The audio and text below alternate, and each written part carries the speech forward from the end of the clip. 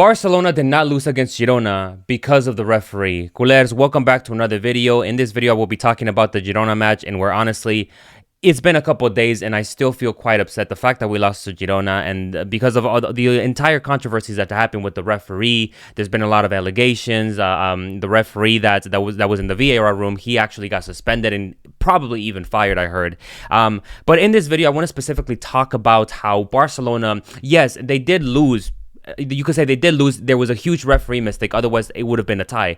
But I want to clarify and mention that Barcelona deserved to lose this match either way. Like, yes, we lost because of a referee mistake. Sure, you could say that. I agree with that. But it's more nuanced than that.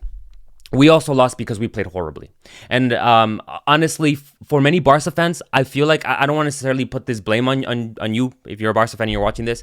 But it seemed more to me like we Barca fans, I'll include myself in there, like we were kind of using this as an scapegoat for the bad performance that we delivered. Because let's be honest, that was probably one of the worst games, up their level with the Atletico match.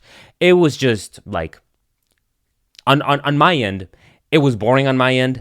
It was frustrating. Lamine Yamal, he didn't seem to. He didn't seem like he was in. Rafinha was our main man. Ferran Torres, a lot of problems. Lewandowski, a lot of problems. The midfield was completely lost. The defense, obviously, a lot of problems with the defense. We'll talk about it in a second. But yeah, there's so many things that went wrong.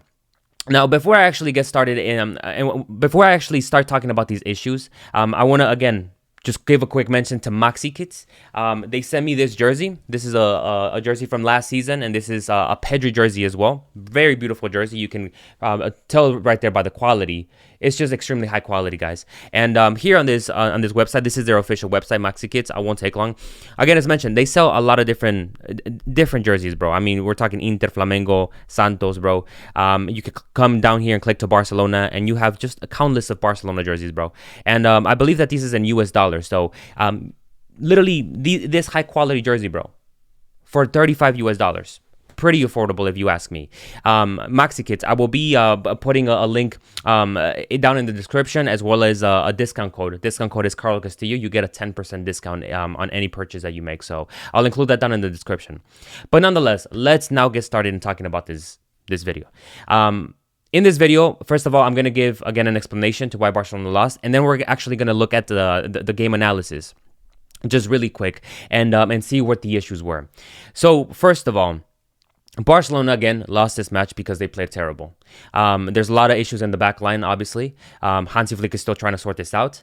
But the thing about Hansi Flick is that you could say that he's a little hard-headed. He's a little stubborn sometimes. He doesn't want to let go of the high line. He doesn't want to let go of his system. And honestly, to some extent, you always want to have confidence in the man who has confidence in himself. Hansi Flick has confidence in his system, and he's not going to change it for anybody's liking. But at the same time, the game is evolving. The game is changing. When teams are able to break you down, maybe you might have to make smaller changes. It doesn't necessarily mean that you have to change your whole idea, but it does mean that, you know, you may be able to do some little changes in the match that maybe just they don't completely get rid of your ideas, but they do evolve. In a sense that the principles are there, but your ideas kind of just like grow so that you can continue to have an impact on matches with Barcelona, because eventually teams will continue to break us down. But that's the biggest problem, the defensive line. The other biggest issue right now, in my opinion, is the fact that we don't have a natural number 9 striker. This is one of the biggest issues. Lamine Yamal, he tried his best. He didn't have a good game, but at the same time, we have to be honest. Lamine Yamal needs a natural number 9. He needs a natural number 9. Ferran Torres doesn't do it. Lewandowski doesn't do it anymore. He needs a new number 9, somebody who is rapid, somebody who makes lines, somebody who pressures. Rafinha and Lamine Yamal can only do so much together. They need that striker who's going to do those extra runs. Ferran Torres just doesn't do it. He's not that type of player, and Lewandowski doesn't have legs. So there's been several rumors as to whether Osimhen, whether Julian Alvarez is going to be joining Barcelona next season. But the fact of the matter is that Barcelona need a new number 9. The third biggest problem is Pedri. Pedri, we need him back, bro. We need Pedri back to control that midfield for us. We are struggling. We're trying to survive so hard. Clearly, Frenkie de Jong cannot do it alone with 2 center attacking midfielders. Fermi Lopez and Dani Olmo are 2 of the best cams in the world, but they're not natural midfielders. And so they can't control the game like Pedri can, and they can't help Frenkie de Jong out like Pedri can. Frenkie de Jong needs Pedri alongside with him.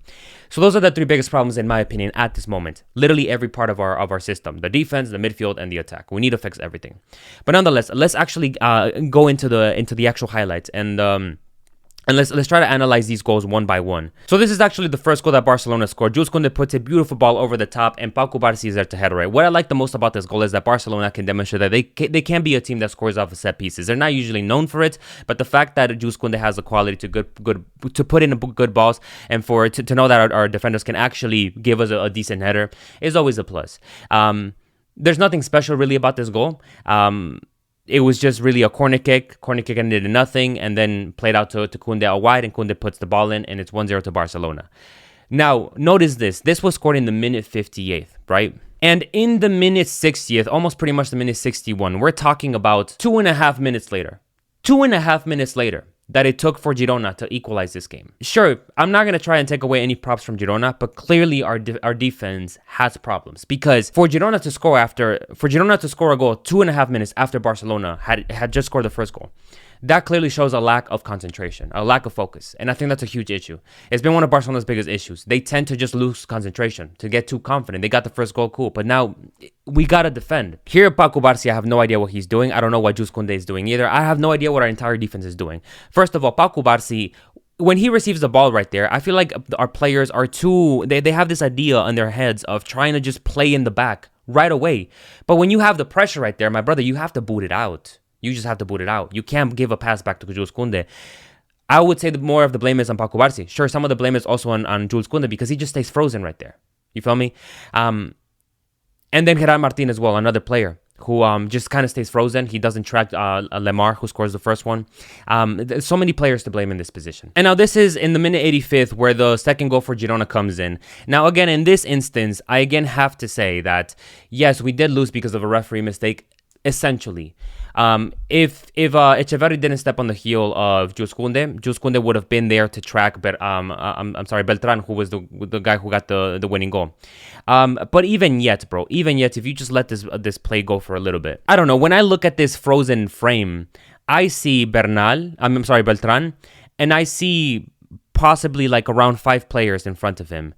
Pau Cubarsí tries to make a challenge. The ball just goes under his feet. But I don't know. For me, I just feel like the intensity could be better. Like, it just seems like it could be a little slightly better. I get that the play goes a little too quick, but I don't know, man. For us to have 5 players in the box, we can't let a man get a shot like that. Even if Jules Koundé is on the ground, I would expect our players to have much more concentration. To me, it seemed like they were just kind of hoping. They kind of like didn't think that Girona were gonna get the winner. What all this tells me is just lack of concentration. That's really it. That's pretty much the whole summary. Barcelona lost because of lack of concentration. If the team was more focused, we wouldn't have allowed these goals. And we're still suffering. You can clearly tell that we were still suffering from the match against Atletico de Madrid. But nonetheless, it is what it is. We lose again to Girona 2-1, and this is much different from the previous game that we just lost. The previous one, I thought that would be good for Barcelona to self-reflect and to come back stronger, but evidently they still haven't done that. Hopefully it seems now that they've now had this reality check. Maybe you could say against Atletico de Madrid, big team, difficult stadium. We were missing a lot of players, crucial players. But now Girona, you don't really have an excuse. Now, the next match is against Levante on Sunday. And we play at home. There should be no excuse. Like, if we lose this game, my next video is simply going to be trashing down Barcelona. Like, to literally be saying how bad we are. There is no excuse for us to lose to Levante. No excuse at all. But nonetheless, anything can happen. I have a lot of confidence that Barcelona will get a victory. We need the 3 points because Real Madrid are already sitting at first place in La Liga.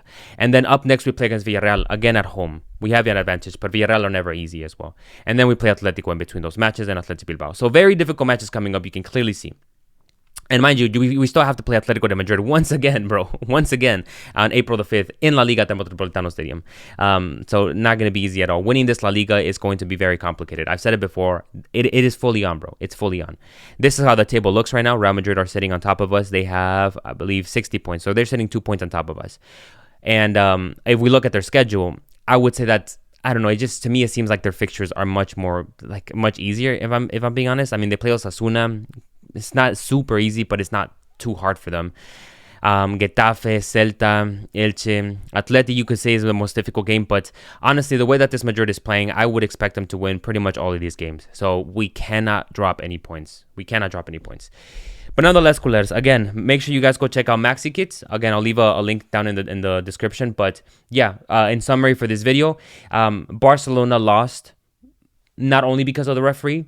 We mainly lost because we lacked concentration. We lacked a lot of focus, and we need to step it up. We really do need to step it up. Otherwise, this La Liga could be slipping out of our hands within the next week, literally. But yeah, I appreciate you guys for being here. Please like, subscribe, comment, share with your friends. And yeah, just let me know your thoughts and opinions down in the comment sections. Thank you, culers, for being here. As usual, God bless.